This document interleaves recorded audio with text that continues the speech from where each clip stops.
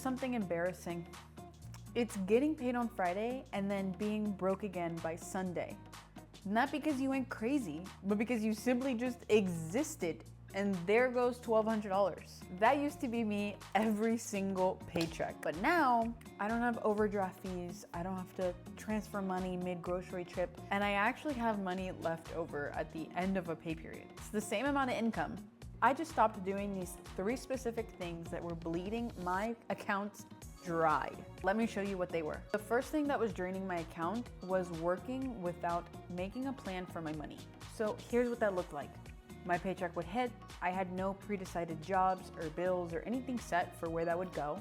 So I would pay bills as I remembered them, spend impulsively because I was like, oh, I have money right now.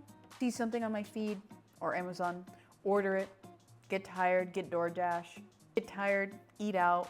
And then that was just the cycle that was repeating. Then 4 days later, I'm staring at my account. Where did $300 go? And you know what fixed that feeling? Before my paycheck hits, I decide where it's going. Bills, yes. Mandatory subscriptions, yes. I've been prioritizing a freedom fund, a savings account. When you give your money a job before it arrives, you stop the scramble and your money stops disappearing into thin air. And if you don't know where to start, the starter pack that I have linked in the description will show you where to start. Now, let me tell you why I had to even figure this out to begin with, because this wasn't always obvious to me. My normal 9-to-5 engineering job, doing content at night, freelancing on the weekends, doing whatever, always busy, always broke. Payday would hit, I'd feel relief for about 12 hours. And then by the weekend, I'm transferring money from my savings to buy groceries every single time. I remember setting a boundary with myself with saying no to a girls trip because I didn't have $200 saved. And I was so frustrated because I was constantly working. And that's when it hit me, which is something that now I guess feels obvious, but just because you're busy doesn't mean you're actually building anything.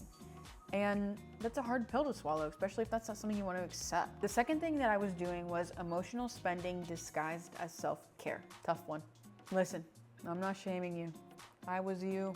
You are me, we are we. Because when you're burnt out, running on fumes, of course you're gonna cope.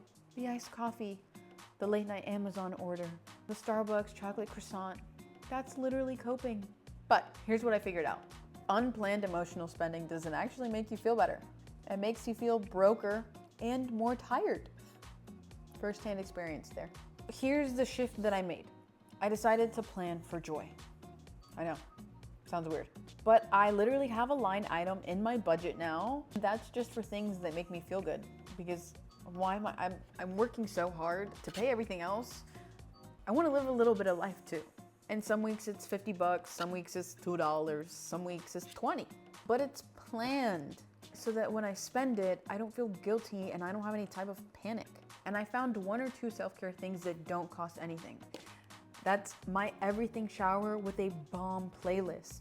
Laying on my couch doing absolutely nothing for 30 minutes. And I mean nothing. No Instagram, no TikTok, no YouTube. And I know that sounds super basic, but that resets me way more than a $40 brunch hearing about Tim, Tom, Jimmy, John ever did. The goal isn't to stop enjoying life.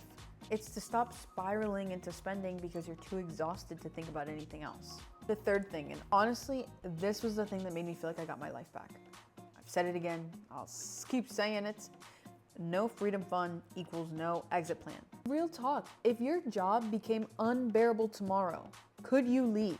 Because when I was broke by Sunday, my answer was no. And that's what kept me stuck in jobs that I hated and make me feel horrible. So this is what I started doing instead. Every single paycheck, I move a small, non-negotiable amount into a separate savings account. I call it my freedom fund, my exit plan, but it's completely separate from an emergency savings or a wealth building savings. And when I started it, it was like $5 a pay period, sometimes 50. And when I started it, the amount was low and it would fluctuate a lot. And that's okay because the amount doesn't matter. What matters is that it's automatic and it's consistent. Today, I have enough built up that if something goes wrong, I have options because freedom isn't just a vibe. It's a literal bank account that is there in case shit hits the fan. and I know I'm good. And the starter pack has a checklist that has exactly what you would need on how to start and continue and figure out all the things. And here's the thing that ties all 3 of these habits together. That's a 10-minute weekly reset. Every Sunday, I sit down and I check my balances, every single one, update what bills I paid and what's coming, move money into my freedom account, even if it's tiny, and I look at the week ahead. What's upcoming? Where am I gonna be busy? So that if I'm tempted to spend on autopilot, it's not gonna happen because all my money already has a job. And that's it, 10 minutes. I use Monarch Money. I made a video on how to do that, what it looks like in my channel. Not sponsored, but that's just something that I love using and it helps me keep that at 10 minutes. And that's what stopped my disappearing paycheck act for good. Because when you check it every week, money stops feeling like something that's happening to you and starts feeling like a tool that you can use for you. And if you feel like you're ready to start being independent and stop feeling broke at the same time, then feel free to grab the starter pack linked below. It's free in the description. If you worry about talking money with your partner and it turning into something, watch my video on relationship money red flags and how to talk through those and how to handle that. Because we fix the money, not the man. I'll see you next week.